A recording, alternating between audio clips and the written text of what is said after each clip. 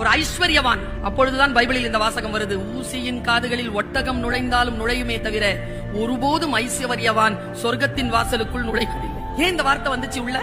நான் ஒரு முத்தெடுத்து கொடுக்கிறேன் உங்களுக்கு. என்ன வார்த்தை இது? ஏன் ஐஸ்வர்யவான்கள் உள்ளே போக முடியாது என்று சொல்கிறது பைபிள்? காசு படைத்தவர்களை பாவி என்கிறதா? இல்லை. விஷயத்தை பாருங்க எப்படி இருக்கு, நுட்பம் பாருங்க எப்படி இருக்கு.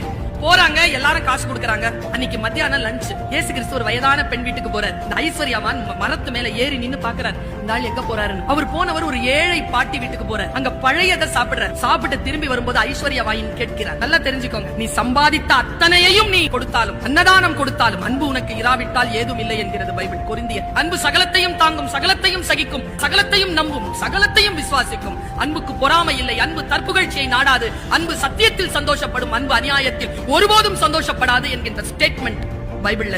கொரிந்தியர் 2:13. ஐஸ்வர்யவான் கேட்கிறான், நான் 100 ரூபாய் கொடுத்தேன். பாருங்க, உபனிஷதத்துல இந்த வார்த்தை வருது. ரிஷிபங்கனுக்கு அளிக்கப்பட்ட மிகப்பெரிய அறிவுரை என்ன தெரியுமா? ஒருவன் எல்லாவற்றையும் அன்னதானத்தை கொடுத்தாலும் அவனுக்கு சொர்க்கம் கிடையாது. ஏனென்றால் சொர்க்கம் கிடைக்கும் என்பதற்காக அவன் அன்னதானம் தந்தான். அப்படி சொல்கிறது உபனிஷதம். பைபிள் என்ன சொல்லுது பாருங்க. நான் 100 ரூபாய் கொடுத்தேன், என் வீட்டுல சாப்பாடு இருக்கு, நீங்க வரல. அவ 1 ரூபாய் தான் கொடுத்தா, அந்த பெண் வீட்டுக்கு போய் சாப்பிட்டீங்க. இயேசு கிறிஸ்து பதில் பாருங்க. தலைவர்கள் லீடர்ஸ். அந்த தலைவர் சொன்ன பதில் என்ன தெரியுமா? பல பேருக்கு அவர் இறை. மிகச்சிறப்பாக தன்னுடைய 33 வருஷம் தாங்க வாழ்ந்தார். 29 வருஷம் வரைக்கும் ஒரு கார்பெண்டருங்க. 4 வருஷம் தான் களத்துல போராடினார். கொலை இல்ல, கொன்னுட்டார். அந்த 3 வருஷத்தில் அவர் செஞ்சது என்ன? அவர் சொல்றார், நீ 100 ரூபாய் கொடுத்த, உண்மைதான். அவ 1 ரூபாய் கொடுத்த, உண்மைதான்.